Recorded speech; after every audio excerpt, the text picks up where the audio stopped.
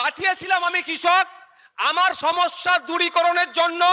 দেশের যেখানে আইন তৈরি হচ্ছে আমার জনপ্রতিনিধি আমি কৃষক আমার হয়ে কথা বলবে, আমি কৃষক আমার মাসিক গড় আয় বাড়ার কথা বলবে।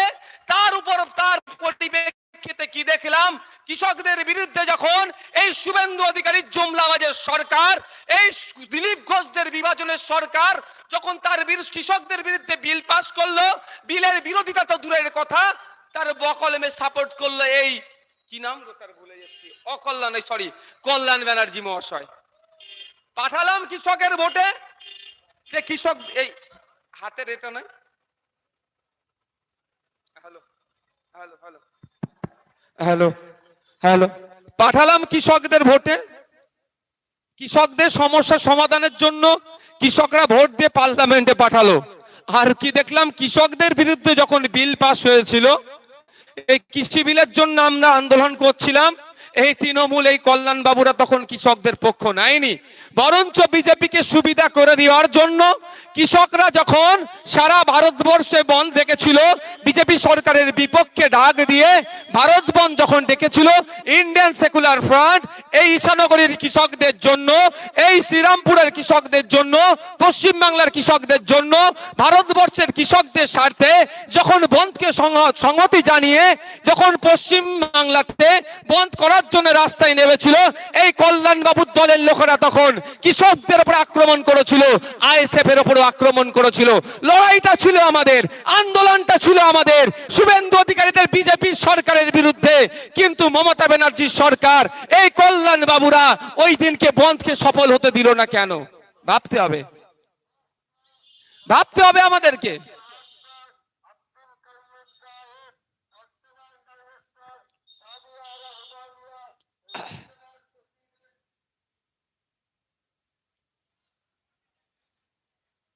না না, সবার স্বাধীনতা আছে।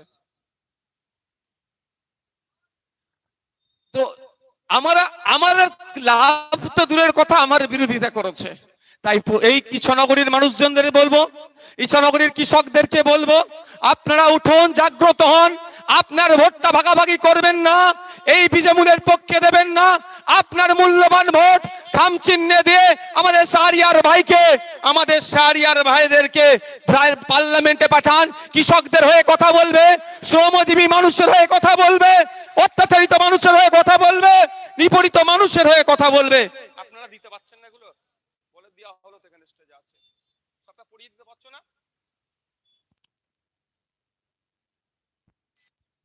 হ্যালো হ্যালো, ভাই একটু গন্ডগোল করছে কেন গো? অত্যাচারিত মানুষের হয়ে কথা বলবে। কিন্তু দুঃখের বিষয়, আজকে আমাদের বলার লোকের অভাব। বছরে আসবে, বছর যাবে, ভোটের সময় আসবে, আপনারও অনেক কথা বলবে, কিন্তু আপনার সন্তানটা যেই প্রাইমারি স্কুলে গিয়ে, যেই আপার প্রাইমারিতে গিয়ে, যে হাই স্কুলে গিয়ে শিক্ষা অর্জন করছে, সেখানে টিচার নাই, আপনার হয়ে কথা বলার লোক পাওয়া যাচ্ছে না। তাই বলবো বন্ধু, গতকালকে একটা পোস্ট হয়েছিল, সোশ্যাল মিডিয়াতে ভাইরাল হয়েছিল, আপনারা অনেকে দেখেছেন, জানিয়ে দিই। আজ বীরভূম জেলাতে একটা স্কুলে শিক্ষকের অভাবের জন্য সেই স্কুল কর্তৃপক্ষ ক্লাস 11-এ ভর্তি নেবে না বলে এই মর্মে তারা নোটিশ দিয়েছে। ক্ষতিটা কার হচ্ছে? অভিষেক ব্যানার্জির হচ্ছে? হয় না। কল্যাণ বাবুদের হয় না, এখানকার এমএলএর হয় না। কারণ এদের পরিবারের যে সন্তানগুলো আছে সবকটাই বেসরকারি শিক্ষা প্রতিষ্ঠানে পড়াশোনা করে। আর চটে যারা বসে আছেন, ইনকিলাব জিন্দাবাদ যারা বলছেন, অমুক দাদা জিন্দাবাদ, অমুক দিদি জিন্দাবাদ, তাদের সন্তানগুলোই কিন্তু সরকারি স্কুলে যায়। আজকে ভর্তি বন্ধ হয়েছে, কালকে স্কুল বন্ধ হবে। আপনার ছেলেগুলো কোথায় পড়বে? তার হয়ে সওয়াল কে করবে? তার হয়ে সওয়াল করার জন্য, শিক্ষা প্রতিষ্ঠানে বাড়ানোর জন্য, স্বাস্থ্যের মান উন্নয়নের জন্য, শিক্ষা প্রতিষ্ঠান থাকলেও শিক্ষক ছাত্র রেশিও নাই, রেশিও মেনটেন করার জন্য আগামী দিনে যেখানে দেশের আইন তৈরি হচ্ছে সেখানে গিয়ে চিৎকার করার জন্য শাহরিয়ার ভাইকে খাম চিহ্নে ভোট দিয়ে পার্লামেন্টে পাঠান। আপনাদের কণ্ঠ হয়ে কথা বলবে। বলছে কি হ্যাটট্রিক করেছে, আবার করবে।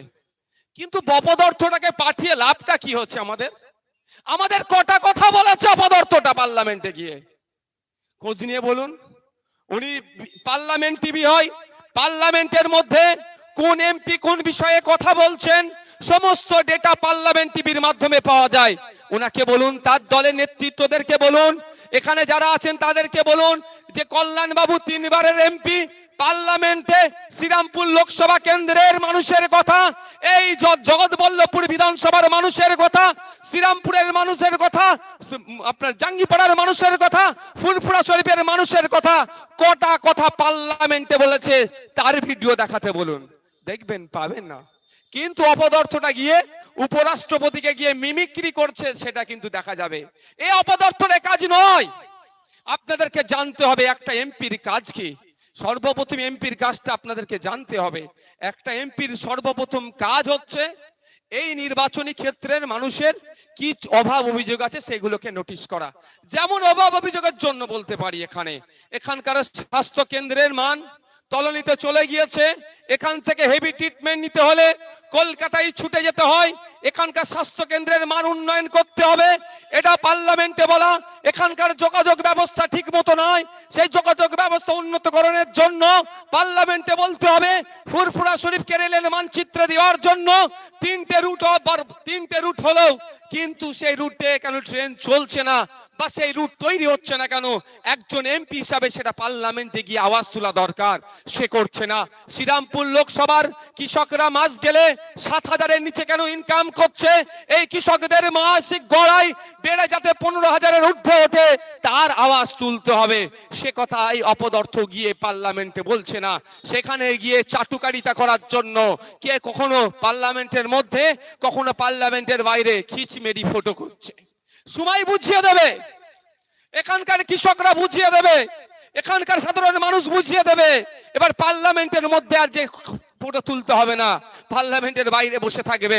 আর পার্লামেন্টে গিয়ে আমাদের শাহরিয়ার মল্লিক ভাই জনগণের কণ্ঠ হয়ে জনগণের কথা বলবে।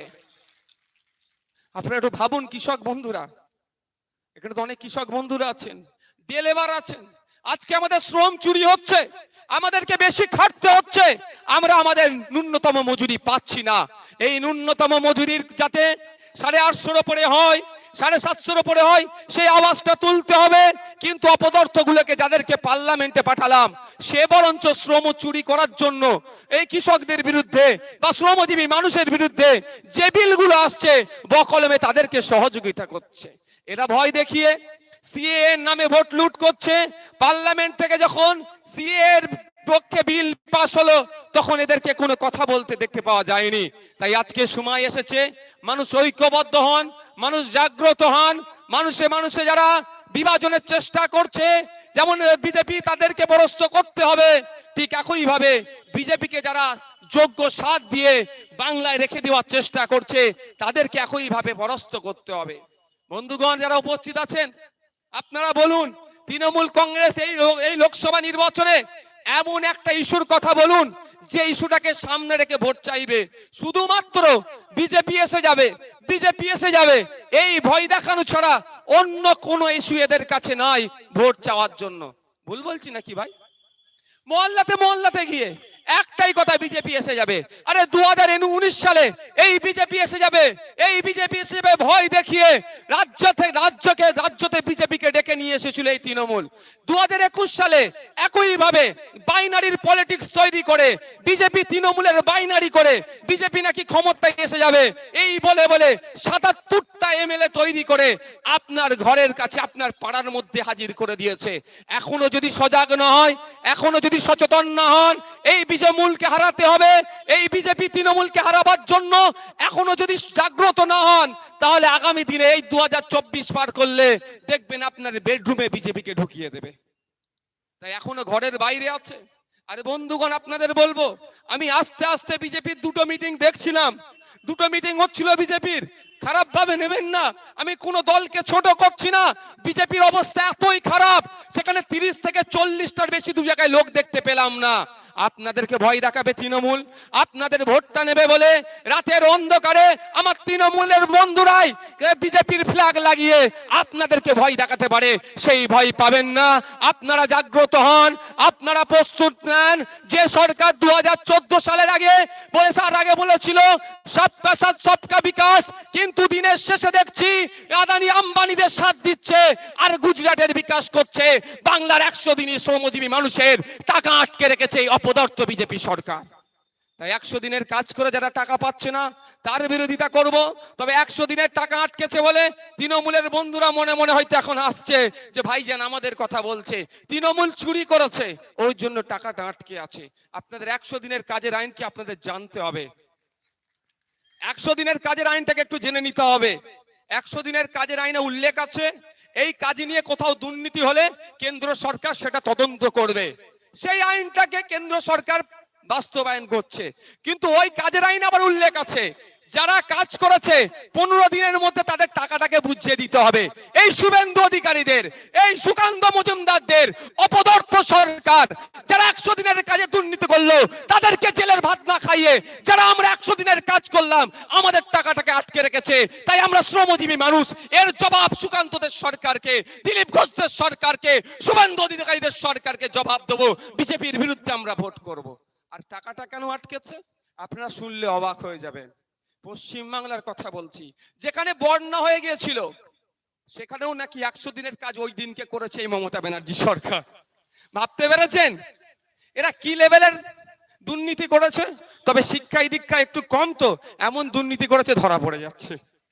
বন্যা হয়েছে ওই দিনকেও নাকি 100 দিনের কাজ হয়েছে, এরা তথ্য দেখিয়েছে। একটা মৌজাতে এত খাল খনন করেছে সেই মৌজাই খুঁজতে গেলে আর জমি নাই, সব বলছে খাল হয়ে গেছে।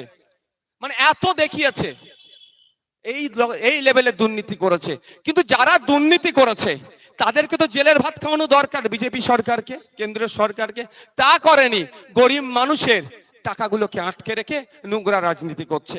আমরা বলছি বিজেপি সরকারকে যদি না পারেন বলুন আমাদেরকে, আমরা ওই দুর্নীতিবাজগুলোকে ধরে এখান থেকে যে সমস্ত ট্রেন দিল্লি যাচ্ছে চালু ডাব্বায় বেঁধে দোলে দিচ্ছে, আপনারা তিহার জেলে রাখুন। না পারলে পারবেন না, আর গরিব মানুষের টাকাগুলো আটকে রেখেছেন, এটা হতে দেওয়া যাবে না। এর বিরুদ্ধে লড়াই করতে হবে। 100 দিনের কাজ করে যাদের সংসার চলে তাদের আজকে সমস্যার সম্মুখীন হয়েছে, এই সমাধানের জন্য আগামী দিনে পার্লামেন্টে শাহরিয়ার ভাইকে পাঠাতে হবে। 100 দিনের পরিবর্তে 200 দিনের কাজ এবং টাকাটা যাতে 350 থেকে 400 হয় তার আওয়াজ তুলবে পার্লামেন্টে। আবাস যোজনা নিয়ে আজকে তৃণমূলের বন্ধুরা চারিদিকে একটা নাটক করছে, খুব একটা ফর্ম ফিল আপ করাচ্ছে। আপনাদের এখানে হচ্ছে কি বলতে পারবো না, বাড়িতে বাড়িতে যাচ্ছে একটা ফর্ম ফিল আপ করাচ্ছে আর কি বলছে এবার আবাস যোজনাটা তোমাদের দিয়ে দেওয়া হবে না। এই নাটকে পা দেবেন না। ও বেটারা ভোট লুটার জন্য, এই কল্যাণ বাবুরা ভোটকে চুরি করার জন্য নতুন করে নাটক করেছে। এই চোরের দলেরা যারা বাচ্চাদের মিড ডে মিল থেকে কাটিং করে, যারা আপনার বিধবা ভাতা থেকে কাটিং করে, সে নাকি আপনাকে নিঃস্বার্থে বাড়ি দেবে। এরা কাটমানিখোর, এরা শুধুমাত্র ভোটের বৈতরণীকে পার করার জন্য আপনাদের কাছে নাটক করছে। আমি আপনাদের কাছে অনুরোধ করছি আপনারা আমাদের শাহরিয়ার ভাইয়ের পক্ষে এই মে মাসের 20 তারিখে খামচিহ্নে ভোট দিন। পার্লামেন্টে গিয়ে শাহরিয়ার ভাই যে সমস্ত মায়েদের ঘর পাওয়ার দরকার, যে সমস্ত বাপেদের মাথার উপরে চাল নাই, মৌলিক অধিকার এতদিনে হলেও কেন পাচ্ছে না, বলিষ্ঠ কণ্ঠখানে মন্ত্রীর কাছে আওয়াজ তুলবে, কনসার্ন ডিপার্টমেন্টাল মিনিস্টারের কাছে আওয়াজ তুলবে স্পিকার স্যারের মাধ্যমে। এদের ফাঁদে পা দেবেন না। এরা বলছে ফর্ম ফিল আপ করলে ঘর হয়ে যাবে, অত সহজ। আমি আপনাদের বলে যাই, ভাঙড়ও বলেছি, নতুন লিস্ট এখনো বার করেনি। আমি ভাঙড়ের বিধায়ক ওখানে বলেছি যে অপেক্ষা করুন, যদি দেখেন আপনার বুথে আপনার থেকে গরিব মানুষ বাড়ি পেয়ে যাচ্ছে কোনো সমস্যা নাই, ওয়েল অ্যান্ড গুড। আর যদি দেখেছেন 4 পাকা বাড়ি, বাড়িতে ফ্রিজ আছে, বাড়িতে 4 চাকা আছে, 2 চাকা আছে, বাড়ি পাওয়ার অনুপযুক্ত কিন্তু তাকে বাড়ি দিয়েছে, তার শুধু ডিটেলসটা নিয়ে নেবেন আর তার কানে কানে খবর পাঠিয়ে দেবেন যে আমাদের বিধায়ক কলকাতা হাইকোর্টে তোমার নামে মামলা করছে, উকিলের জন্য রেডি থাকো। আপনার এখানেও বলে যাচ্ছি, আমরা এখন আপনারা যদি আমাদেরকে পার্লামেন্টে পাঠাতে পারেন, যেমন আইনি লড়াই, যে মা বাড়ি পেল না সে দলিত হতে পারে, সে আদিবাসী হতে পারে, সে মুসলিম হতে পারে, সে উচ্চ বর্ণের হতে পারে, যার বাড়ি পাওয়ার যোগ্য, তার পরিবর্তে এই তৃণমূলের দাদাদেরকে, তৃণমূলের দিদিদেরকে 20,000 30,000 কাটমানির বদলে যদি বাড়ি তারা নেয়, তাদের বিরুদ্ধে আইনত লড়াই ইন্ডিয়ান সেকুলার ফ্রন্ট কোর্টে লড়বে এবং আপনাদের কণ্ঠ হয়ে পার্লামেন্টে গিয়ে কনসার্ন ডিপার্টমেন্টাল মিনিস্টারের জবাব দিয়ে আমাদের শাহরিয়ার ভাই করবে। এবার আপনাদের উপর নির্ভর করছে আপনারা কি করবেন। দেখুন, একটা এমপির কাজ তার নির্বাচনী ক্ষেত্রে সমস্যাকে তুলে ধরা, আর গুরুত্বপূর্ণ কাজগুলো কি কি একটু আপনাদের জানা দরকার। আর একটা গুরুত্বপূর্ণ কাজ হচ্ছে, যখন আপনারা দেখবেন যে বিলগুলো পাস হয় বা বিলের সংযোজন হয়, অ্যামেন্ডমেন্ট হয়, সেই বিলগুলো জনগণের বিপক্ষে যদি যায়, কঠিনভাবে স্ট্রংলি তাকে অপোজ করবে, আর জনগণের পক্ষে হলে আরো বেশ কিছু থেকে যদি অ্যাড করা যায় তার কথা বলবে। আর একটা কি গুরুত্বপূর্ণ কাজ মনে করি, যেটা আপনাদের আশীর্বাদ দোয়াতে ভাঙড়ের মানুষের ভোট নিয়ে সারা ভাঙড় সহ সারা রাজ্যের মানুষের জন্য বলছি, ইউনিক আইডিয়া শেয়ার করা। ইউনিক আইডিয়া যেটা ওদের মাথায় নাও থাকতে পারে, সেটা আইএসএফ শেয়ার করবে। যেমন আমি পশ্চিমবাংলার বিধানসভাতে আমি স্ট্যান্ডিং এগ্রিকালচার স্ট্যান্ডিং কমিটির সদস্য হিসাবে যেখানে শেয়ার করেছি, আপনারা জানেন আজকে পশ্চিমবাংলা ইন্ডাস্ট্রি নাই, কলকারখানা নাই, ফলে কি হচ্ছে, আমাদের ছেলেদেরকে ভিন্ন রাজ্যে গিয়ে কাজ করতে হচ্ছে, আমাদের ছেলেদেরকে শ্রম বেশি দিতে হচ্ছে, কম ইনকাম হচ্ছে। আমরা অল্টারনেটিভ এখানে যাতে ইন্ডাস্ট্রি গড়ে তোলা যায় এবং সরকার পক্ষে 51% শেয়ার দিয়ে বাকি 49% শেয়ার সাধারণ মানুষের হাতে তুলে দিয়ে কিভাবে ইন্ডাস্ট্রি করা যায় তার আমরা পরিকল্পনা দিয়েছি। আমরা কি পরিকল্পনা বলেছি, যে আপনারা এখান থেকে যারা আছেন এই ইছানগরীর মানুষেরা আমাকে এক বাক্যে জবাব দেবেন, আপনাদের হেভি ট্রিটমেন্ট নিতে গেলে এই ইছানগরী যে ব্লক হসপিটাল আছে সেখানে গিয়ে পান না আপনাদেরকে ছুটে কলকাতায় যেতে হয়? এর জোরে বলুন, কেন এখানে পান না?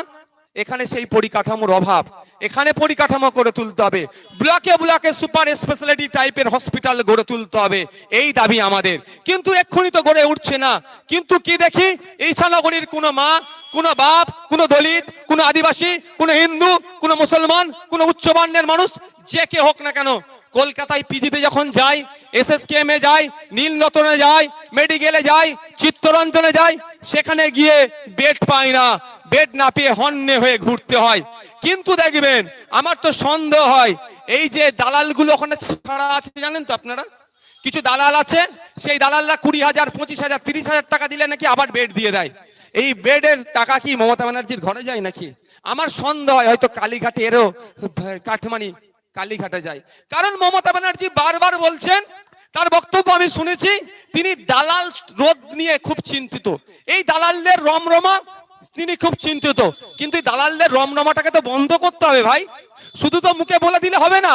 আপনি তো সরকারে আছেন, আমরা অপোজিশনে, আমরা সমস্যাটা ধরিয়ে দেবো, আপনি সমাধান করবেন, এটা তো সরকারের কাজ। কিন্তু দালাল রোধের জন্য তিনি এদেরকে কোনো উচ্চবাচ্য করতে দেখলাম না। আমি অপশন দিয়েছিলাম, আমি ইউনিক আইডিয়া দিয়েছিলাম, এখানকার ব্লক হসপিটাল থেকে শুরু করে, সাব ডিভিশন হসপিটাল থেকে শুরু করে, আপনার জেলা হসপিটাল থেকে শুরু করে, কলকাতায় যে সমস্ত সরকারি বড় হসপিটালগুলো আছে, সব হসপিটালের সামনে ডিসপ্লে বোর্ড লাগিয়ে দেওয়া হোক। কারণ কটা বেড খালি আছে ওখানে দেওয়া হোক। টোটাল কত বেড? ধরুন আপনি পিজিতে গেলেন, আপনার রুগীকে অ্যাডমিট করতেই হবে, কিন্তু যখন অ্যাডমিট করতে যাচ্ছেন, পিজির যারা দায়িত্বশীলেরা আছে কি বলে, বেড নাই। আপনি ভাবছেন সত্যি কথা, আবার দালাল আপনার কাছে ঘুরঘুর করছে, 30,000 দাও বেড হয়ে যাবে। আপনি কাচুমাচু করে কান্নাকাটি করলে 25,000 20,000 বেড পাচ্ছেন। এই সমস্যাটা সমাধানের জন্য ইউনিক আইডিয়া আমি দিয়েছিলাম সরকারকে, যে আসুন এই পিজি হসপিটালের সামনে, জেলা হসপিটালের সামনে ডিসপ্লে বোর্ড লাগিয়ে দেন। কটা বেড আছে লিখুন, কটা আইসিইউ, কটা আইডিইউ, কটা সিসিইউ, কটা ফিমেল ওয়ার্ড, কটা মেল ওয়ার্ড, কটা জেনারেল ওয়ার্ড, টোটাল ওখানে লেখা থাকবে। আর কটা বুক আছে সেখানে ওখানে কম্পিউটারাইজড হবে, ডিজিটাল হবে, সেখানে থাকবে। আপনারা বলুন, আপনারা হাওড়া থেকে ট্রেনে যখন বাড়ি আসতে চান, ওই কোন স্টেশনে নামেন? বরগেছিয়া স্টেশনে নামেন। কোথায় কত নম্বর প্ল্যাটফর্মে ট্রেন দিচ্ছে আপনারা কি করে জানতে পারেন? দুটো কারণে, একটা হচ্ছে অ্যানাউন্সমেন্ট হয় কানে শোনেন, আর নালে ডিসপ্লে বোর্ডে।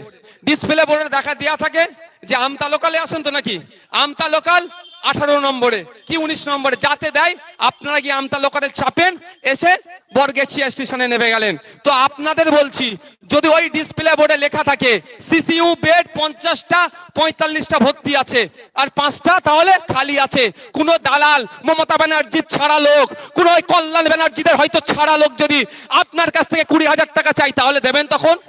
কারণ আপনি প্রতিবাদ করতে পারবেন। ওখানে যে থাকবে তাকে গিয়ে বলবেন, এ দেখো ডিসপ্লে বোর্ডে 50টা বেডের কথা বলা, 45টা বেড ফুলফিল আছে, এখনো 5টা এখনো বেড খালি আছে, আমি এগিয়ে এসেছি, আমাকে আগে দাও। তাহলে দালাল রাজ টোটাল বন্ধ হয়ে যাবে।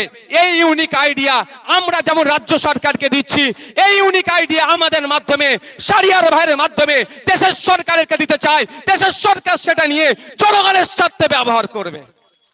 এই ধরনের ইউনিক আইডিয়া সেখানে দিতে হবে। আর অপদার্থ 3বারের এমপি তিনি কি করছেন, উপরাষ্ট্রপতিকে নিয়ে খিল্লি করছে। ওই অপদার্থকে পাঠানো কোনো দরকার নেই, অনেক হয়েছে। প্রাক্তন শ্বশুর প্রাক্তন জামাই অনেক হয়েছে নাটক, নাটক করছে।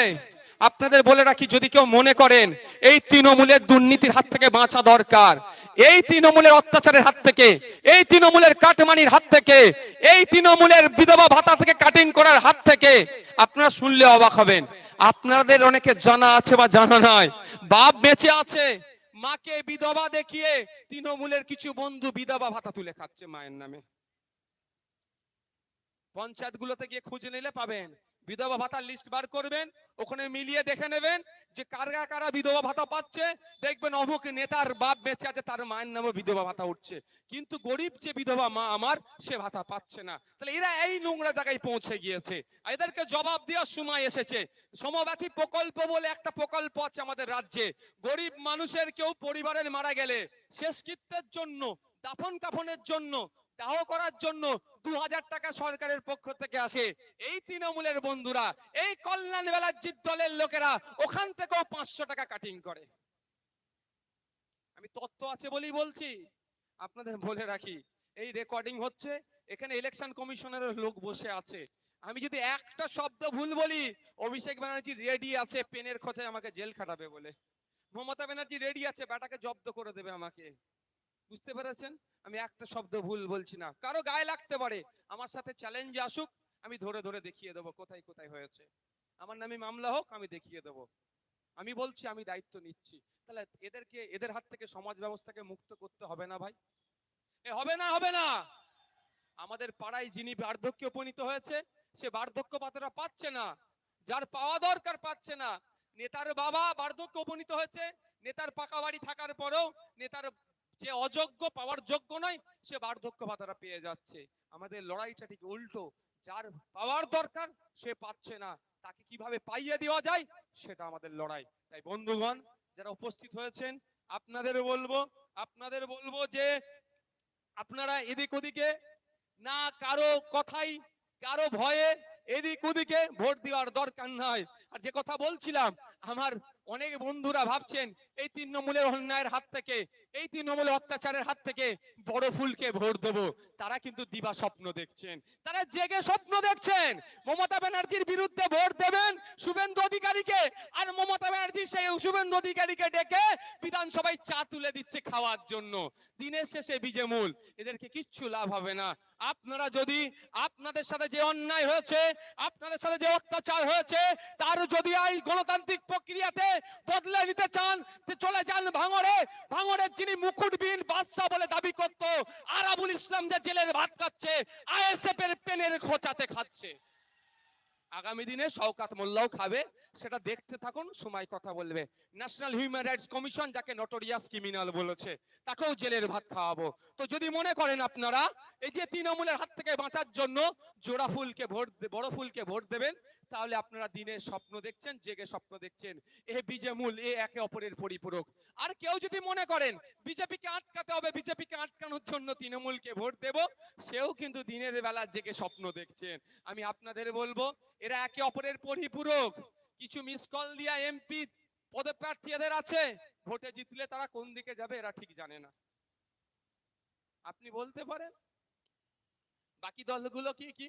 2019 সালে দেখবেন বিজেপি 19টা সিট পেয়েছিল, 18টা সিট পেয়েছিল। কারা কাটাকুটি করে বিজেপিকে সুবিধা করে দিয়েছে নতুন করে বলছি না আমরা। আর আপনারা তথ্য তুলে দেখুন কারা কাটাকাটি করে বিজেপিকে সুবিধা করে দিয়েছিল। তাই বন্ধুগণ যারা উপস্থিত আছেন, মাইকের আওয়াজ যাচ্ছে, এই মিডিয়ার মাধ্যমে শুনতে পাচ্ছেন, আপনাদের অনুরোধ করব কোনো প্ররোচনায় পা দেওয়ার দরকার নাই। রাতের অন্ধকারে বিরিয়ানির প্যাকেট 2000 টাকা যদি আসে সেটাও কিন্তু ছাড়বেন না, সেটাও নিয়ে নেবেন। ভোটটা কিন্তু সকাল সকাল উঠে চুপচাপ গিয়ে খাম চিহ্নে ভোট দিয়ে শাহরিয়ার ভাইকে পার্লামেন্টে পাঠান, আপনাদের হয়ে কথা বলবে। কৃষকদের বিরুদ্ধে থেকে শুরু করে একের পর এক যখন জনবিরোধী বিল পার্লামেন্ট থেকে পাস হয়ে যাচ্ছিল, এই কল্যাণ বাবুদের দেখা ছিল না। যখন সিএ এর বিরুদ্ধে পার্লামেন্ট থেকে বিল পাস হলো, এই কল্যাণ বাবুদেরকে তখন দেখা যায়নি। যখন দেখা যায়নি আর নতুন করে ভাবার দরকার নাই, আমরা আমাদের লক্ষ্যে পার্লামেন্টে পাঠাবো। ভাই হাওড়া জেলার মানুষ মনে আছে তো? এখন তো হাওড়া জেলাতে নবান্ন, দেশের রাজ্যের রাজধানী কোথায়? এখন হাওড়া জেলাতে। আপনারা কত ভাগ্যবান আপনাদের জেলাতে। যদিও ওটা তৈরি হয়েছিল কাপড় শিল্প জন্য, বস্ত্র শিল্পের জন্য। মমতা ব্যানার্জি আপনাদেরকে এত ভালোবাসে যারা বস্ত্র শিল্পের সাথে যুক্ত, যে কষ্ট করে 14 তলায় আপনারা উঠবেন, আপনারা ফুটপাতেই ব্যবসা করুন, কষ্ট আপনাদের করতে হবে না। ওই জন্য আপনাদের জন্য তৈরি হওয়া বিল্ডিংটা কেড়ে নিয়েছে। এর পরিবর্তে বলেছিল 400 কোটি টাকা খরচ করে নুঙ্গি স্টেশনের পাশে আপনাদেরকে পরিবর্তে দেবে। খোঁজ নিয়ে দেখুন ওই শিলান্যাসের পরে নতুন একটা ইট গাঁথেনি। তাহলে আমাদেরকে কত ভালোবাসে বুঝতে পেরেছেন? কিন্তু আমার কাছে ভুলে যাচ্ছি না সেই দিনের কথা, যখন নপুর শর্মা বিজেপির একজন দলের নেত্রী হযরত মুহাম্মদ সাল্লাল্লাহু আলাইহি সাল্লাম মন্তব্য করেছিল, পশ্চিম বাংলার ধর্মপ্রাণ মানুষেরা যখন প্রতিবাদ গণতান্ত্রিক প্রক্রিয়াতে, মমতা ব্যানার্জি তখন বলেছিল এটা দিল্লির বিষয়, দিল্লি গিয়ে প্রতিবাদ করো। হ্যাঁ, দিল্লিতে গিয়ে প্রতিবাদ করব। দিল্লিতে গিয়ে প্রতিবাদ করার লোক আমাদের শাহরিয়ার ভাইকে দিল্লি পাঠাবো, আর আমরা আমাদের এখানে প্রতিবাদ করব। এই জবাব দিতে হবে তো নাকি ভাই? এটা ভুলে গেছেন নাকি? ভুলে যাওয়ার নয়। আর আমরা ভুলে যাচ্ছি না সেই সায়নী ঘোষ মহাশয়কে, এত বড় পদার্থ মহিলা, হিন্দু সমাজের শিব ঠাকুরকে যারা মানে সেই শিবলিঙ্গকে নিয়ে এই সায়নী ঘোষ মন্তব্য করেছিল।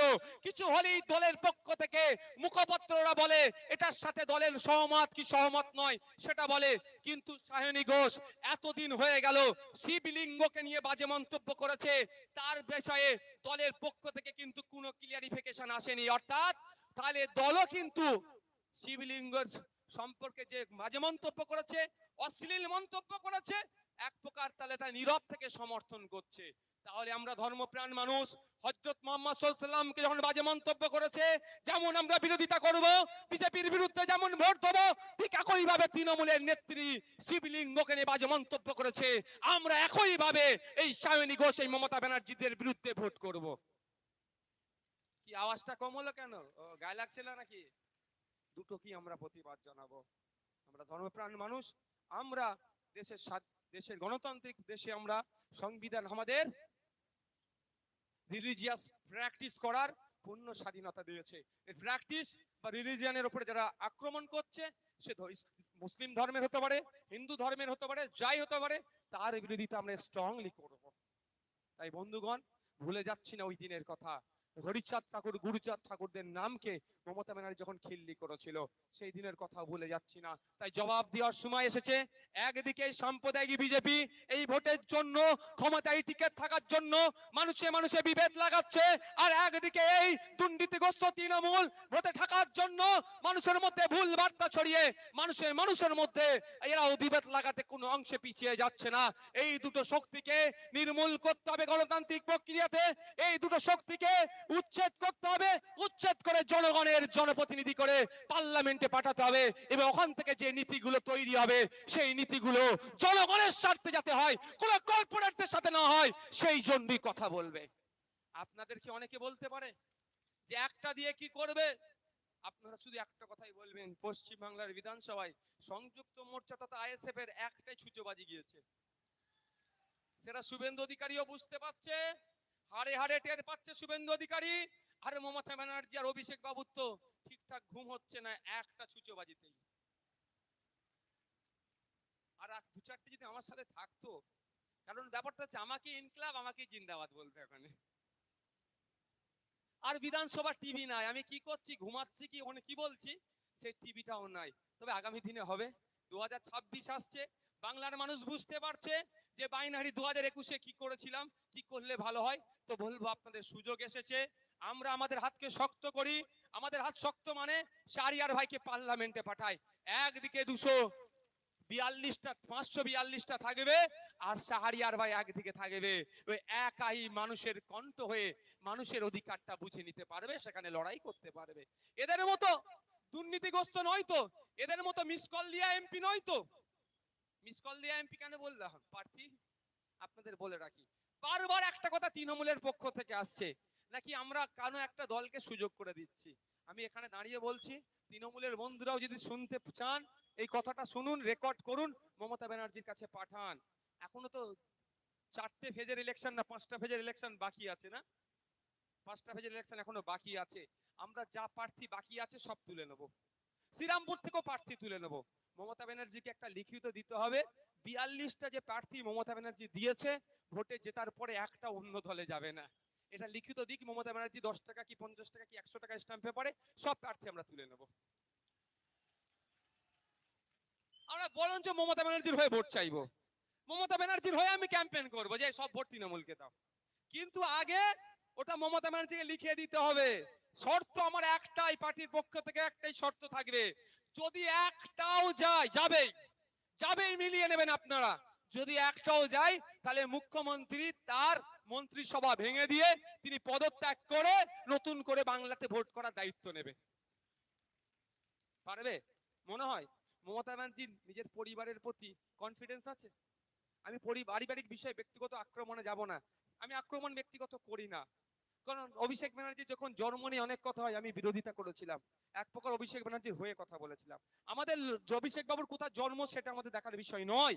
অভিষেক বাবুর পিসি মুখ্যমন্ত্রী ক্ষমতায় আসার আগে বলেছিল মুসলমানদের শিক্ষা স্বাস্থ্য কর্মসংস্থান, দলিতদের শিক্ষা স্বাস্থ্য কর্মসংস্থান, আদিবাসীদের জল জমি জঙ্গলকে উদ্ধার করে দেবো, রাজ্যে 6 মাসের মধ্যে শিল্প এনে দেবো, সরকারি কর্মচারীদের ডিএর ব্যবস্থা করে দেবো, শূন্য পদগুলো পূরণ হবে। এই 13 বছর পার হয়ে যাওয়ার পরও অপদার্থ মুখ্যমন্ত্রী পারেনি, সেটা অভিষেক ব্যানার্জির কাছ থেকে আমরা জবাবদিহি করব, মমতা ব্যানার্জির কাছ থেকে জবাবদিহি করব। তার কোথায় জন্ম হচ্ছে সেটা আমাদের জানার বিষয় নয়, আমরা ব্যক্তিগত কিন্তু আক্রমণে যাই না। কিন্তু আমাদের ভুলে গেলে হবে না যে 2021 সালে নন্দীগ্রামে নাকি তার উপরে প্রাণঘাতী হামলা চালিয়েছিল, তার পায়ে আক্রমণ করেছিল, তিনি মরে যেতে পারতেন, পায়ে প্লাস্টার করে তিনি ভোটটা চাইলেন, ভোটের রেজাল্ট হয়ে গেল, প্লাস্টার খুলে গেল। সেটাও বলছি